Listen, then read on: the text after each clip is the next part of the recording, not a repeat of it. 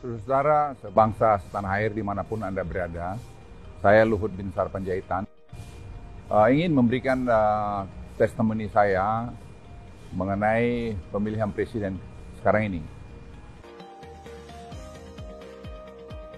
Saya kenal sekali calon presiden dan calon wakil presiden ini, karena menurut perkenalan saya misalnya dengan Pak Prabowo, saya sudah berkenalan mungkin hampir 40 tahun ya, berteman dan bekerja bersama-sama, dan saya melihat kinerja Pak Prabowo. Tentu dia juga manusia yang tidak luput dari kekurangan, tapi saya ingin sampaikan bahwa dia adalah pekerja keras dan menurut saya sangat pintar, dan juga kecintanya pada NKRI ini tidak bisa dan tidak perlu diragukan. Sudah dibuktikan, itu yang penting. Kami sama-sama di Kopassus di Baret Merah, dan saya kenal waktu dia masuk ke Kopassus Letnan 2 dan saya waktu itu Letnan 1. Dan tugas operasi di tim-tim maupun di beberapa tempat lain yang dilakukan, ada yang tertutup, ada yang terbuka, itu tuh dilakukan dengan baik sekali. Jadi saya ingin sampaikan bahwa proven, itu kalau mungkin bahasa kerennya mungkin, ya dia sudah terbukti lah mampu memanage dalam keadaan susah sekalipun. Dan calon yang lain pun saya kenal, calon presiden yang lain saya kenal, terutama dalam COVID kemarin, tidak ada yang saya tidak kenal gubernur itu. Dan dalam keadaan krisis itu pun saya tahu bagaimana kiprah dari masing-masing gubernur itu. Dan calon wakil presiden pun saya kenal saudara Gibran dari sejak muda, dan bagaimana keteguhan hatinya. Maka saya tidak setuju waktu sampaikan anak ingusan, karena orang tidak berhitung. Sama dengan Pak Jokowi waktu menjadi wali kota untuk jadi gubernur DKI. Orang memandang sebelah mata. Kita belajar anak-anak muda Indonesia jangan pernah memandang sebelah mata orang lain. Orang lain itu punya kemampuan-kemampuan tersembunyi yang tidak terlihat karena dia belum dapat kesempatan. Saya kenal Mas Gibran ini sebenarnya juga belum lama-lama amat. Ya. Tapi saya lihat sepak terjangnya di Solo itu sama seperti ayahnya, Pak Jokowi waktu beliau jadi wali kota. Saya kenal beliau jadi wali kota. Tidak ada orang yang pernah menduga Pak Jokowi akan sehebat ini. Karena waktu itu orang bermimpi, melihat bahwa Pak Jokowi ini hanya wali kota di Solo, masa iya terus bisa jadi presiden. Gitu. Tapi saya terus terang melihat tidak begitu. Karena saya lihat Pak Jokowi itu punya determinasi yang tinggi. Kemudian saya lihat Pak Gibran itu juga menata Solo itu juga luar biasa. Saya pergi beberapa kali ke Solo, dan saya lihat dia mengikuti jejaknya Pak Jokowi. Waktu Pak Prabowo kalah dengan Pak Jokowi, kami bertempur berdua. Ya, dia marah sama saya. Tapi saya bilang, wah faktanya ya ini, kita mau apa gitu. Disitulah saya lihat kebesaran jiwanya dia. Dia bilang, ya udah bang, kalau gitu. Dia hormati keputusan itu. Walaupun tentu dalam periode tertentu, beliau galau juga yang saya masuk akal saya.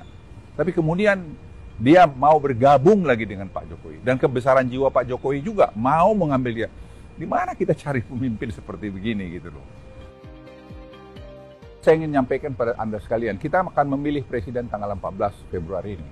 Dan satu momen yang penting buat kita menurut saya, kita tidak boleh salah pemimpin. Apa yang sudah dicapai Pak Jokowi sekarang, saya ingin katakan diakui oleh dunia. Ya, saya kemarin waktu di Singapura, banyak yang menjenguk saya, baik itu dari utusan khusus Presiden Biden, John Kerry, maupun dari pemerintah, menteri-menteri dari Singapura, dan banyak lagi yang lain datang melihat saya. Itu semua mengapresiasi terhadap ekonomi Indonesia, terhadap leadership Pak Jokowi yang mampu bernavigasi di tengah-tengah sulitnya ekonomi dunia saat ini. Kita masih inflasi di bawah 3%, ya, kita punya sekarang 44 bulan berturut-turut kita punya ekspor surplus.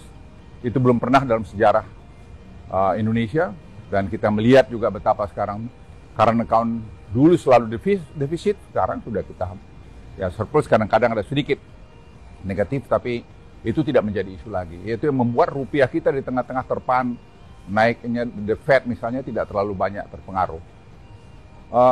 Cadangan devisa kita yang terbesar sepanjang masa 146 miliar kalau saya tidak keliru, dan tahun ini, tahun depan mungkin kita akan bisa dekat ke 200 miliar. Semua karena kebijakan-kebijakan ekonomi yang dibuat oleh Pak Jokowi dengan tim ekonominya yang menurut hemat saya itu juga tim ekonomi yang baik sekali. Ini kerjasama semua.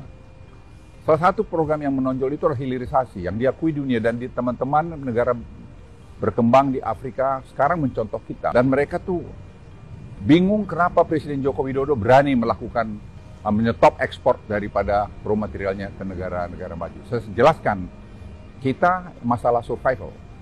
Kita harus menikmati, rakyat Indonesia harus menikmati nilai tambah itu. Dan ini keberanian Pak Jokowi melakukan itu. Dan kalau kita lihat juga infrastruktur, banyak yang mengkritik mengenai kereta api cepat Jakarta-Bandung tidak jalan. Sekarang semua orang menikmati. Tentu masih ada kurang di sana-sini, tidak mungkin itu seperti balik tangan sendiri. Dan kemudian saya bilang hilirisasi seaweed, rumput laut. Tidak ada mungkin, atau sedikit sekali bangsa ini yang tahu bahwa sekarang terjadi satu perubahan yang luar biasa. Ini program tidak jangka pendek, jangka menengah, panjang.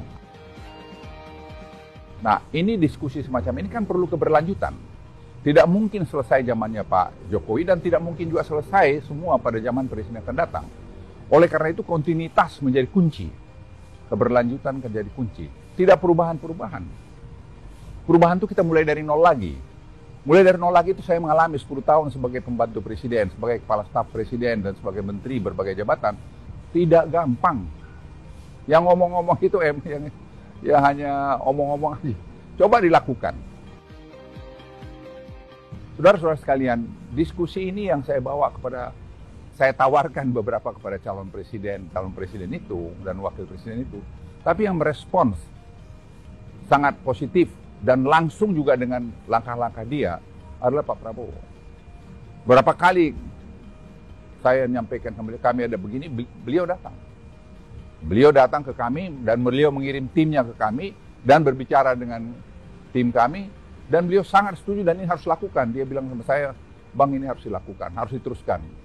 Karena ini program yang sangat baik sekali. Ini saya pikir perlu presiden yang paham dengan ini dan mau melakukan ini. Jangan pula nanti robah ganti yang lain, mengganti lagi. Kita riset sampai 4 tahun mengenai seaweed ini. Atau lebih malah mungkin. Dan sekarang kalau mau dibongkar lagi, kapan kita mau maju? Ingat, bonus demografi kita itu hanya berjalan sampai 2030.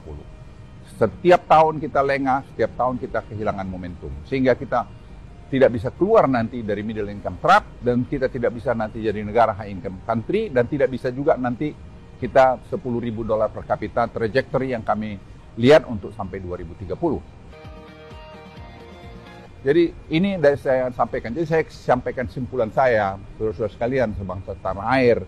Kita pilih orang yang tepat menjadi Presiden Republik Indonesia. Tanggal 14 yang tepat. Saya pribadi memilih Pak Prabowo, alasan yang sangat sederhana, berkelanjutan. Dan dia punya spirit NKRI yang bagus dan dia membuktikan keberhasilan dia yang lalu. Itu tidak dapat diungkiri.